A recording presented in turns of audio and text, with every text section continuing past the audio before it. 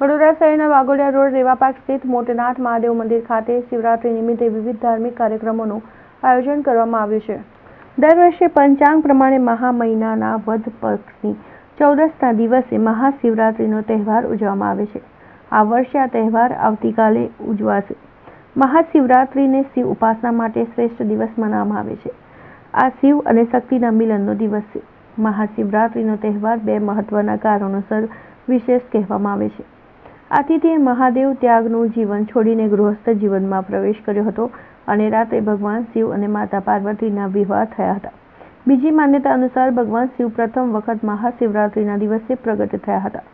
શિવ જ્યોતિર્લિંગ એટલે કે અગ્નિનાથ શિવલિંગના રૂપમાં પ્રગટ થયા અને મહાશિવરાત્રીના દિવસે 64 અલગ અલગ જગ્યાએ શિવલિંગના દર્શન થયા એવું માનવામાં આવે છે। આ માહિતી માત્ર ધારણાઓ માટે મળેલ માહિતી પર આધારિત છે। આવતીકાલે મહાશિવરાત્રીના નિમિત્તે વાઘોડિયા રોડ સ્થિત મોટેનાથ મહાદેવ મંદિર ખાતે વિવિધ ધાર્મિક કાર્યક્રમોનું આયોજન કરાયું છે। સવારે 5 વાગે મંદિર ખુલી જશે અને 7 વાગે ધ્વજ ચઢાવાશે। 200 કિલો શક્કરિયા બટાકાની પ્રસાદીનો નિવેદ બાદ ભક્તોને પ્રસાદ અપાશે।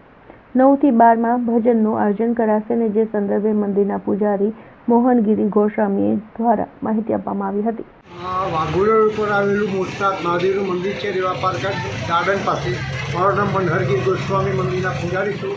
આવતીકાલે શિવરાત્રિ નિમિત્તે સવારમાં 5 વાગે મંદિર ખુલી જશે।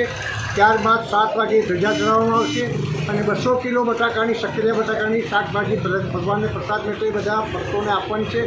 ત્યારબાદ ભાંગની પ્રસાદી આપવાની છે અને 9 થી 12માં ભજનનો પ્રોગ્રામ રાખવાનો છે અને દરેક ભક્તો અહીંયા ભીડ છે અને મોટના દાદા દરેકની મનોકામના પૂર્ણ કરે છે। કેટલા વર્ષ જૂનું મંદિર હતું? 20 વર્ષથી 25 વર્ષ જૂનું।